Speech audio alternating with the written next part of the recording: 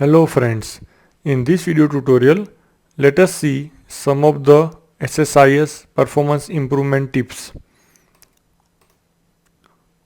In data flow, we can go to properties and we can set default buffer size or default buffer max rows.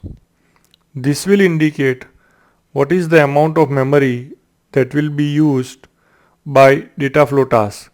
So if we are having constraint of memory being used by the data flow task, then we can increase the amount of memory available to the data flow task using default buffer size and default buffer max rows. Also, if we want to support multi-threading in data flow tasks, then we can set the property of engine threads. Similarly, if we want to set the multi-threading behavior of control flow, then we can set max concurrent executables. Let us quickly see these properties in Visual Studio. So we are in data flow task. We can set the max buffer size over here. We can increase it if required.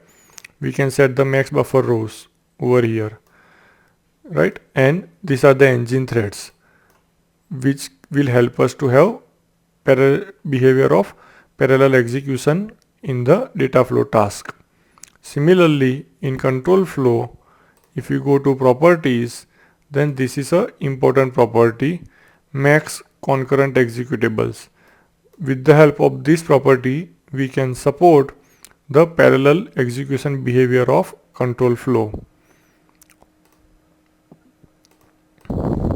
Now, in order to have parallel execution within our data flow, we can also use balanced data distribution transformation, as we have seen in one of our earlier video tutorial specifically for this particular transformation, that is balanced data distributor transformation.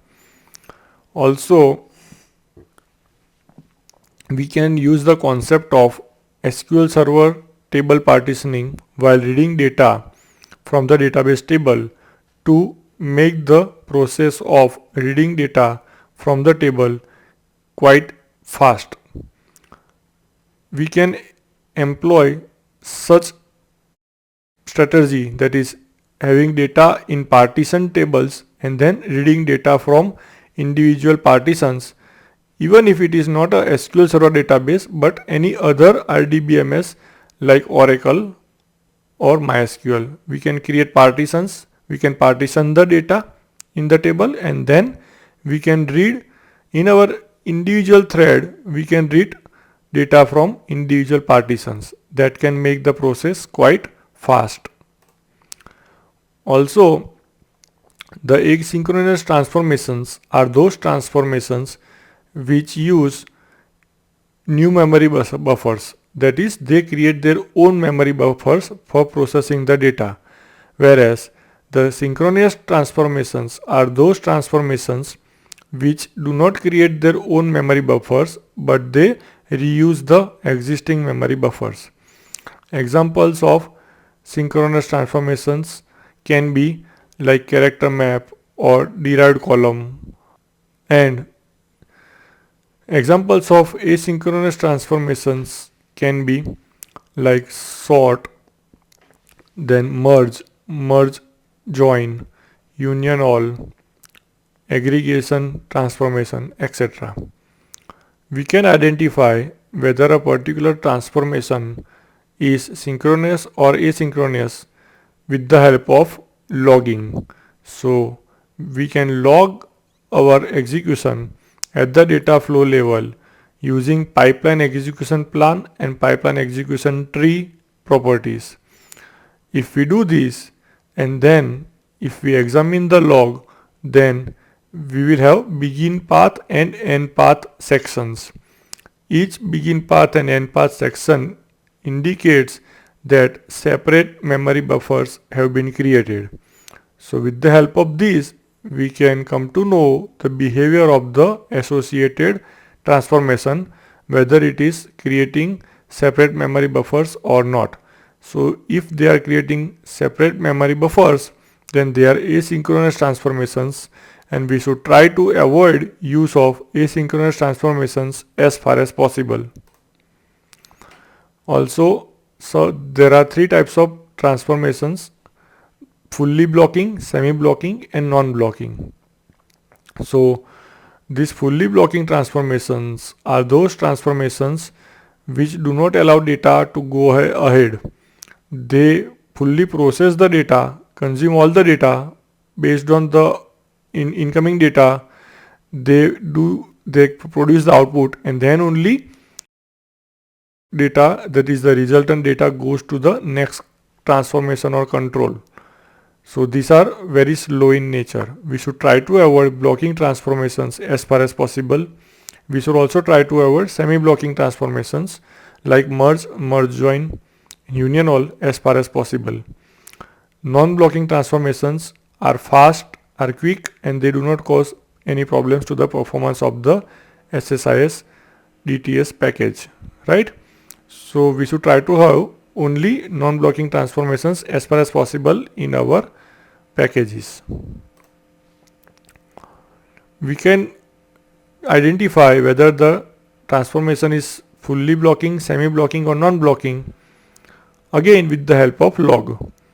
If we go to log and we just enable the property of pipeline component time, and then if we see the generated log, then we can see the prime output filling event. If suppose for a control the prime output filling event is taking time, then it means that it is asynchronous transformation, and most probably it will be semi-blocking or fully blocking. So we should try to avoid such components or transformations. Now we should try to avoid page splits at the time of loading data into a empty or blank table. How can we do that? Let's suppose that the empty or blank table that we have created is having a primary key defined on it. So by default it will have the primary key, which is clustered primary key on a column or a set of columns. So what we can do, we can first of all make the primary key as non-clustered. Then on the same columns which are having primary key defined, on the same columns we can define a separate clustered index. Now when we are trying to load or bulk load data into this table, we can first of all remove the clustered index with the help of execute SQL task, and after the loading is complete, after the bulk loading is complete, we can again use the execute SQL task to recreate the clustered index. In this way we can avoid page splits during bulk load of data in empty or blank tables. Generally we can employ this strategy when we are loading data in our staging tables. Perfmon. You can monitor performance of various performance parameters with the help of perfmon. So let us go to perfmon. So this is the performance monitor. If you go to add counters, you can add multiple counters over here. So one of the important one is physical disk and average disk per second transfer. This is the parameter which indicates how speedy is our input output or IO in the disk. Generally speaking, a value of 0.010, that is 0.010, is considered to be higher value. We should try to have it lower than 0.010 in ideal circumstances, right? Now for any OLEDB connection, go to all tab and packet size and increase the packet size, which may lead to faster network throughput. So let us see where to set this property. Let's say I have got this particular OLEDB connection to the database. So I can double click it, I can go to all, and then I can go to network packet size. So I can change the value over here to increase the packet size. The max value is 32767. To improve the performance of our SSIS package, select only the columns that you need in your data source. So don't bring more columns into our package than what is actually required.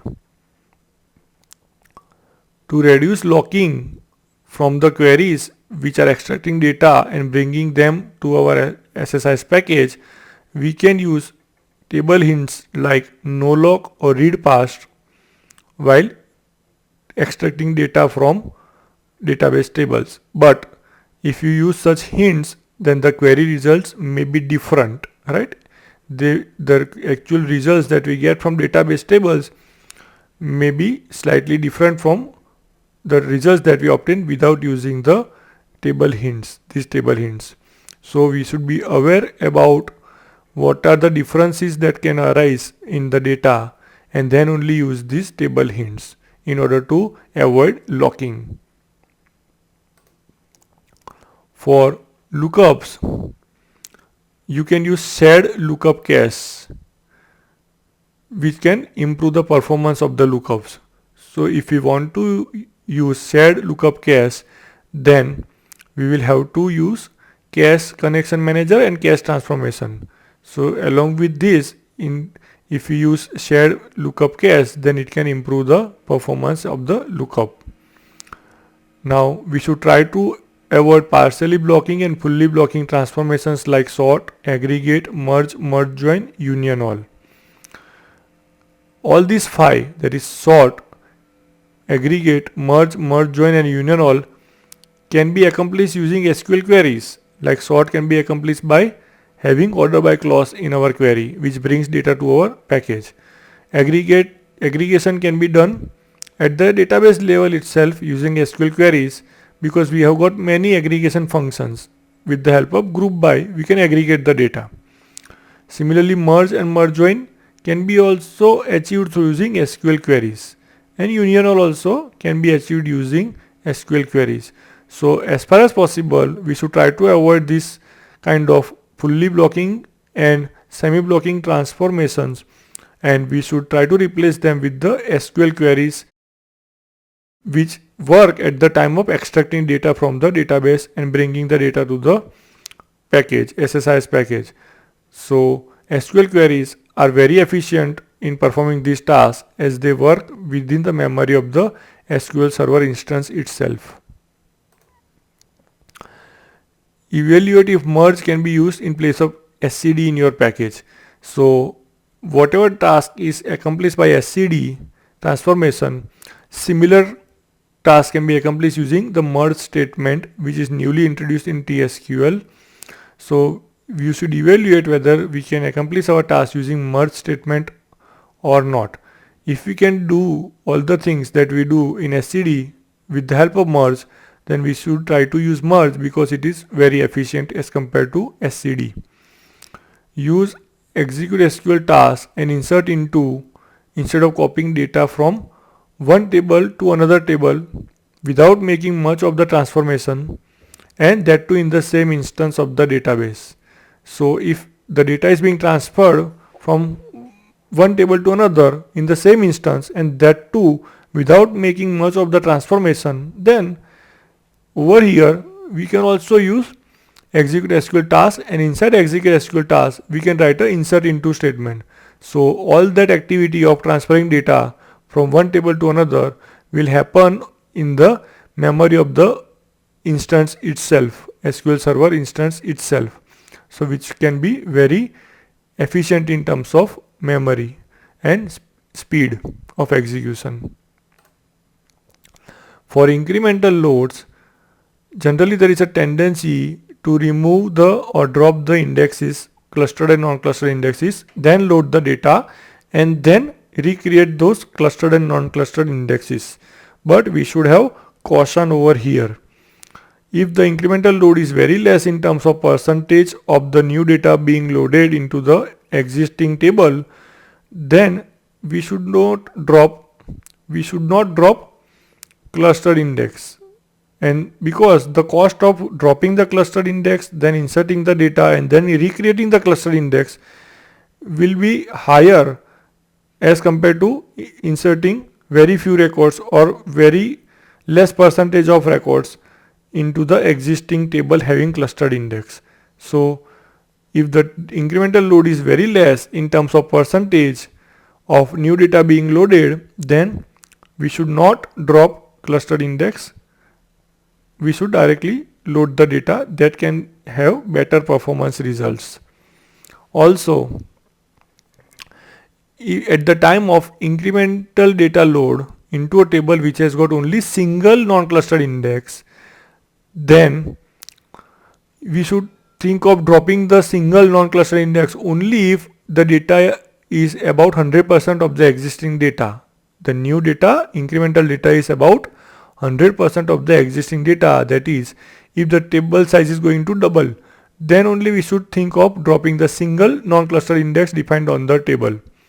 Otherwise, if we can load the data without dropping the single non-clustered index defined on the table. Now, if we are loading data into an existing table which has got multiple non-clustered indices defined, then it depends on how many indexes have been defined and what are the column combinations of those indexes. Generally speaking, there cannot be a thumb rule defined for this particular situation. But if we just want to generalize a rule, then we can say that if there are multiple non-cluster indices defined on the table, and if the incremental load is below 10% of the data, existing data, then there is no need to drop the existing indexes. So if the incremental load of data is 10% or more of the existing data, then we can think of dropping the multiple non-cluster indexes and then recreating them after the data load is complete. Also, in the case of data reloads, we should try to use truncate instead of delete, because we will not require transaction at the time of reload, right? So we should try to use truncate instead of delete. So friends, in this video tutorial, we have seen multiple tips for improving the performance of the data in SSIS packages. I hope friends, this video tutorial is useful to you. Thank you.